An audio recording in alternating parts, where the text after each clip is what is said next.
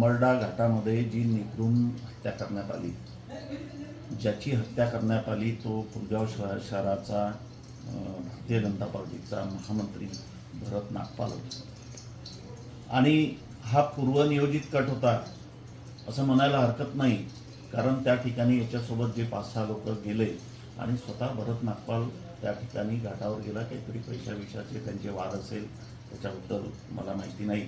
पण त्या ठिकाणी गेल्यानंतर घाटामध्ये गाडी उतरवल्यानंतर त्या ठिकाणी JCP आणि पोकलँड लावून रस्ता बंद करायचा आणि तलवारीने हल्ला करायचा आणि त्यानंतर भरत नागपालला तलवारीने हल्ला केल्यानंतर पाण्यात बुडून मारायचं, मेलायचं नाही म्हणून पाहायचं.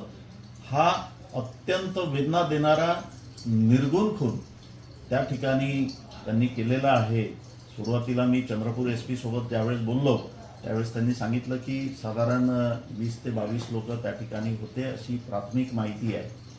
त्यानंतर 2 दिवसांनी संख्या कमी झाली, ती 17वर आली.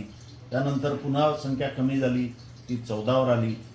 मला याच्यामध्ये कुठेतरी तपासामध्ये सुद्धा काहीतरी गडबड वाटतंय, म्हणून मी या महाराष्ट्राचं अधिवेशन चालू आहे, या अधिवेशनामध्ये पॉईंट ऑफ इन्फॉर्मेशन हा विषय त्या ठिकाणी लावला आणि त्या ठिकाणी CIDची चौकशी होण्यात यावी, निपक्ष चौकशी होण्यात यावी आणि दोषींवर कारवाई करावी या संदर्भामध्ये मी सभागृहामध्ये मागणी केली. तर हे जे मारामाऱ्या होतात, हे जे खून होतात, याच्यामध्ये माझं तर स्पष्ट म्हणणं असं आहे की ATHची मोजणी त्या ठिकाणी प्रॉपर होत नाही. त्या ठिकाणी जो सर्वे नंबर दिला जातो, ज्या सर्वे नंबरचा ऑप्शन होतो त्याचं सीमांकन होत नाही आणि सीमांकन न झाल्यामुळे त्या ठिकाणी 2 गटाच्या याच्यामध्ये भांडणं होतात. त्याचं पर्यावसन मारामारीमध्ये होतं आणि त्याचं पर्यावसन खुनामध्ये सुद्धा होतं. ही घटना आत्ताच आपल्या डोळ्यापुढे आहे. त्याच्यामुळे महसूल विभागाला सुद्धा माझं सांगणं आहे की या ठिकाणी घाटाचे ऑप्शन झाल्यानंतर त्या ठिकाणी ATHची मोजणी आणि सीमांकन, त्या सर्वे नंबरचं सीमांकन हे जर करून दिलं तर भांडण्याचं प्रमाण कमी होईल. वाळू घाट लिलावाऐवजी मागच्या वेळेस जे वाळू डेपो होते तीच प्रक्रिया योग्य होती असं वाटायला लागलं का?